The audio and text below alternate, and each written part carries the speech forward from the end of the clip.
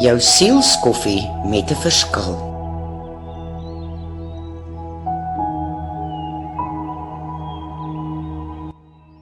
Ek en jy hou so maklik vas aan die dinge in ons lewe. Soms is dit waaraan ons vashou die rede vir ons om op te staan in die oggend. Dit gee jou iets om voort te lewe en te bly aanhou. Wat is jou ding wat jou laat goed voel? Is dit geld? Want wanneer jy genoeg daarvan het jy nie bekommernisse oor rekeninge en lewenskostes nie. Dit laat jou vry voel om te kan doen net wat jy wil en te leef net soos jy goed dink. Is dit dalk jou besittings wat jou opgewonde maak? Want om deur jou huis te loop met 'n warm gevoel van kwaliteit besittings laat jou goed voel.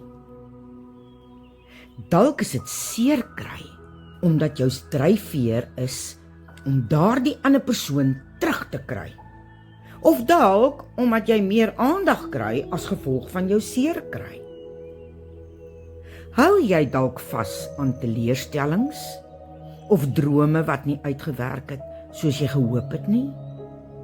Wat dit ook al is wat jou laat tik en nuwe moed gee om te kan aangaan, is goed vir die oomblik, maar dis nie volhoubaar op die lange duur nie. Ons dink dikwels dat hierdie dinge vir ons sekuriteit, geluk en vrede gee. Maar as ons nou eerlik is, ontdek ons dat niks op hierdie aarde regtig die leemte in ons hart kan vul nie.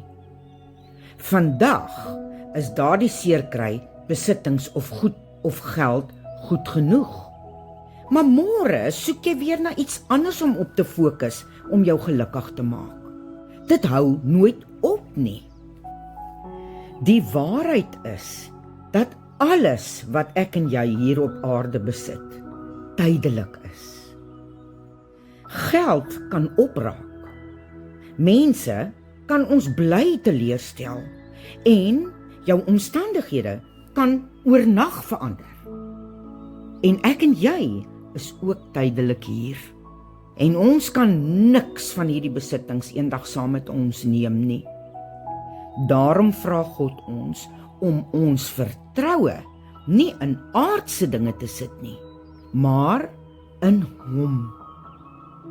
Ons hele lewe hier op aarde gaan oor God. Hy het jou en my hier geplaas om ons lewensreis saam met Hom te stap, sodat hierdie lewe vir my en jou makliker sal wees, totdat hy ons eendag weer kom haal en huis toe neem. Wanneer ons leer om ons hande oop te maak en dit wat ons so styf vashou aan God oor te gee, gebeur iets besonders. Ons harte raak ligter. Die las van bekommernis raak minder en ons ontdek 'n vrede wat nie afhang van wat ons het of wat met ons gebeur nie.